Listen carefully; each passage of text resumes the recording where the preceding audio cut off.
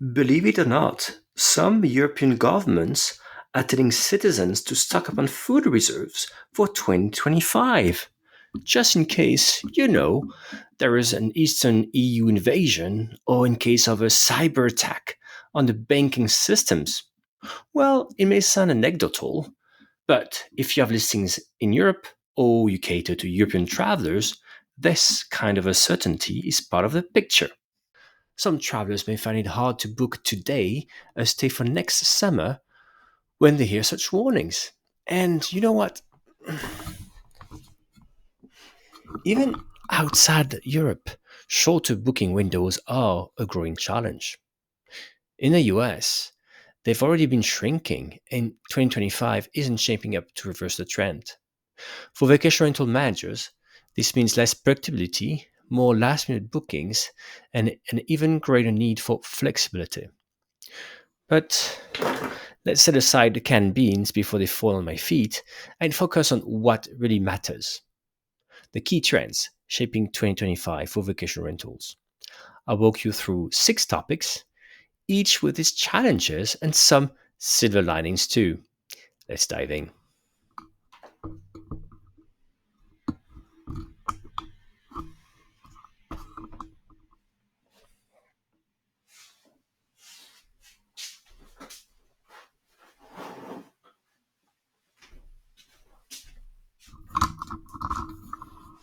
1.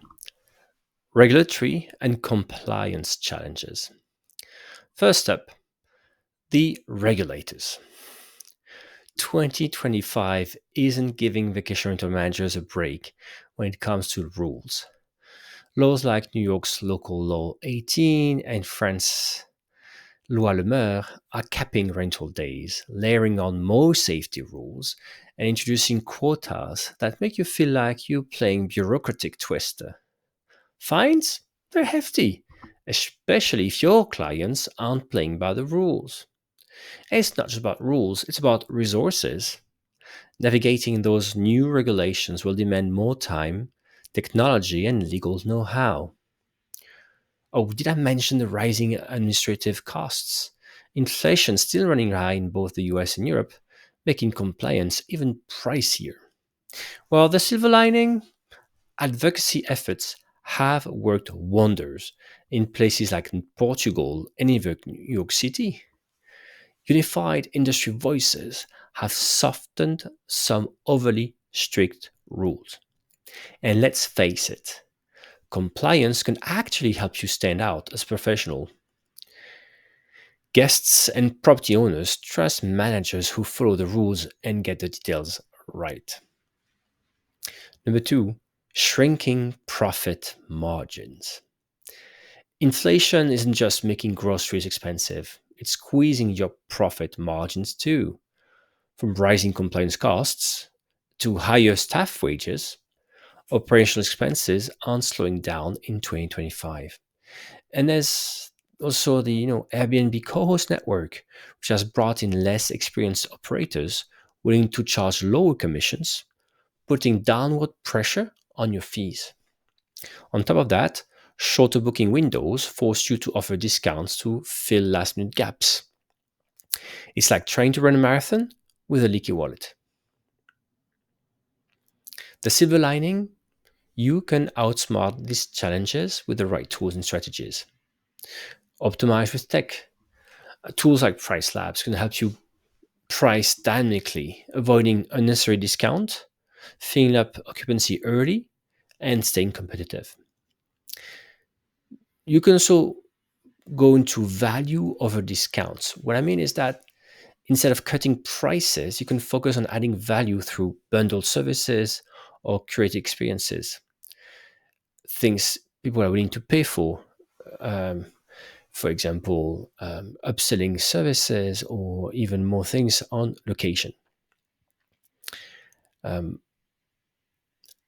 Third factor here is market supply and competition. Oversupply, it's a buzzword that keeps vacation rental managers up at night. It's been so for the last 2 years. Platforms like Airbnb are flooding the market with new listings, from traditional vacation rental hotspots to urban areas. This creates intense competition, often with low quality listings that drag down the guest experience. True, um, because of inflation, high rates, and as well the decrease in the end of the vacation rental boom, there's probably fewer listings or fewer houses that have been built to just be a vacation rental. So that could slow down the number of properties coming online. But Airbnb, Booking, and Vrbo are still advertising really, really hard to get people to start listing that property. And it's not just saturation, it's price wars. When everyone's racing to the bottom, maintaining profitability becomes an uphill battle. Oversupply is not the end of the world, right? You can carve out a niche, for example, focus on unique guest needs like multi-generational travel or properties in underserved rural areas. Number two, think about using platforms strategically. Channels like Marriott Homes and Villas or regional OTAs, such as Abritel in France, cater to specific audiences and can give you a competitive edge. You can leverage data as well, use tools to monitor local trends and adapt your strategy accordingly.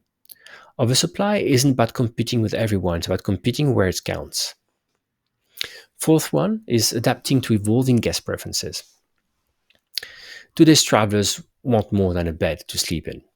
They want experiences, personalization, alignment with their values. From wellness and sensory friendly stays to eco conscious travel, preferences are shifting. Let's not forget multi generational travel, right? A growing trend where families of all ages vacation together, if only to save money or to reconnect. These expectations come with challenges. Operational upgrades are needed to meet demands for quieter, more tranquil spaces in an always on world. Tech integration, like seamless communication and personalized recommendations, is no longer optional.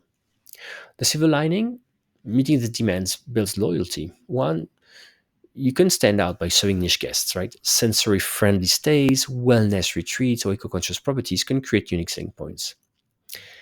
And invest in guest centric tech.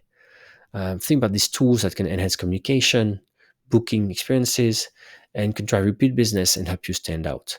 Automated AI messaging, automated upselling of services as well. That's good for the profit margins, and that's good as well to serve the needs of the clients. The fifth one is economic uncertainty and operational complexity. Well, here's a sobering thought. Natural disasters like hurricanes, wildfires, and floods are becoming more frequent and can wipe out entire businesses. Combine this with economic uncertainty and fluctuating travel demand, you got a cocktail of unpredictability. But unpredictability doesn't mean unpreparedness. One, diversify your portfolio if you can. Spread risk by expanding into different regions or property types within the same market. This ensures that one disaster or market shift doesn't cripple your business. Two, get insured. Comprehensive disaster insurance isn't just a nice to have, it's essential for long term survival. Last one, number six, Airbnb and its shifting focus in 2025. Well, finally, let's talk about Airbnb. It's the industry giant. The cracks are starting to show. In Europe, Booking.com is stealing its market share. And in the US, Vrbo is making moves in urban areas. At the same time, Airbnb is stretching itself thin with ambitions to become a lifestyle brand, launching into two new verticals each year. But it's not all bad news. Airbnb knows how to stay relevant. One, the co-host network we talked about. This program helps struggling experience hosts level up, ensuring higher quality experiences for guests. Number two, the host service marketplace, right? It could be a game changer in 2025 with platforms that offer third-party services to hosts, property managers like handling cleaning, guest messaging, and even revenue optimization. When Airbnb faces challenges, its focus on personalization and host empowerment ensures it remains a key player for 2025, of course. So there you have it. 2025 in a nutshell. Yes, there are challenges, regulations, competition, rising costs. They all here real. But so are opportunities. With the right tools, strategies, and mindset, you can turn these challenges to wins. And if it all fails, at least you've got this kind of beans to fall back on.